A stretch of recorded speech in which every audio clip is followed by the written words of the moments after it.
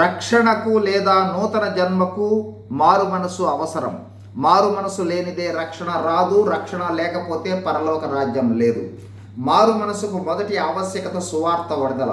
సువార్తలోని అంశాలలో సృష్టి కార్యము, మానవ పతనము, పాప ఫలాలు, పాప ఫలితాలు, పాప విమోచనం కోసం మానవ ప్రయత్నాలు, దేవుని మహాప్రేమను గత వీడియోల్లో చూశాం. ఈరోజు యేసు ప్రభు వారి రక్షణ కార్యము లేదా శిలువ కార్యము లేదా పాప విమోచన కార్యాన్ని చూడబోతూ ఉన్నాం.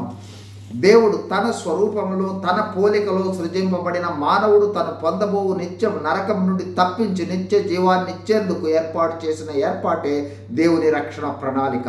దేవుడు చేసిన సృష్టిలో భాగమైన మానవుని విమోచన కోసం సృష్టికర్త అయిన దేవుడు దేవుని కుమారునిగా అంటే యేసుక్రీస్తు ప్రభువుగా సృష్టిలోనికి వచ్చుట సంభ్రమాచార్యాలు కలిగించే విషయం. మానవుని దర్శించుటకు మానవుడే పాటివాడు అయినా దేవుడు దిగి వచ్చాడు.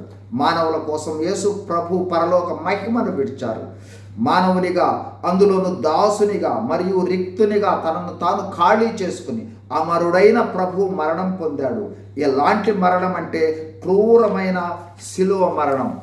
ఈ లోకమునకు లోక పాపములు అంటే గతంలో ఉన్నవాళ్ళు, ప్రస్తుతం ఉన్నవాళ్ళు, రాబో కాలంలో వచ్చేవాళ్ళ అందరి పాపములు మోసికొని పోవు దేవుని గొర్రెపిల్లగా వచ్చాడు ప్రభు. 33 సంవత్సరాలు జీవించి పాప విమోచన కొరకు ఘోర శిలువ మరణాన్ని పొందాడు.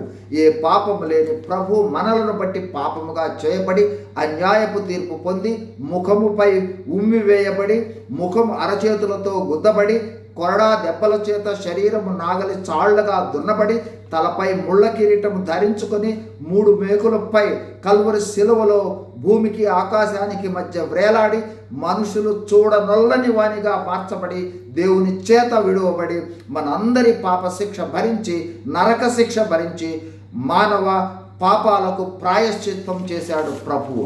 చివరికి బల్లెపు పోటుతో తనలో ఉన్న చివరి రక్తపు బొట్టుతో సహా మన పాప ప్రాయశ్చిత్తమై చిందించాడు. శిలువ శ్రమలను భరించి మరణించి సమాధి చేయబడి 3వ దినమున మృత్యుంజయుడై లేచాడు.